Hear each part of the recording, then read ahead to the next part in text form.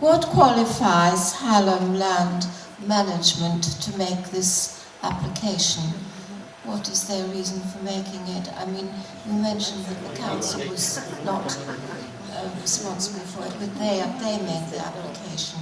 Can you tell us a bit more about the whys and wherefores of it? Yeah, I think I heard the answer probably from about 50 different people as you were asking the question. Hallam Land is a developer, so they are working with the owner of the land because they all want to make money. You know, that's what people put in applications for. You know, they don't need qualifications to be able to do it. It's what developers do, and it's what landowners do, is to try and get the maximum value out of their land.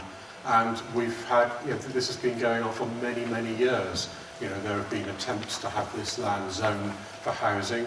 The council has resisted them every time, has successfully upheld that resistance at inquiries into local plans, and nothing has changed.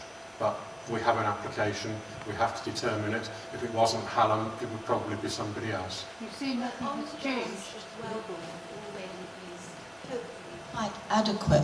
On the grounds of Wellbourne hopefully being quite adequate for increased living accommodation, could the council not object and reject this feasibility and say it wouldn't be good for our environment? Well, it's a good point, and the council has to consider, as I said earlier, every planning application which is put in.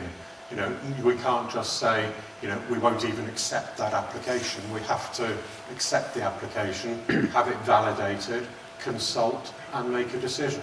And that's how the system works. And it's a bit galling, but the planning law states that every planning application gets an automatic planning permission, not the other way round, not automatic refusal, automatic planning permission, unless there are what I described earlier as sound, clear-cut reasons for refusal.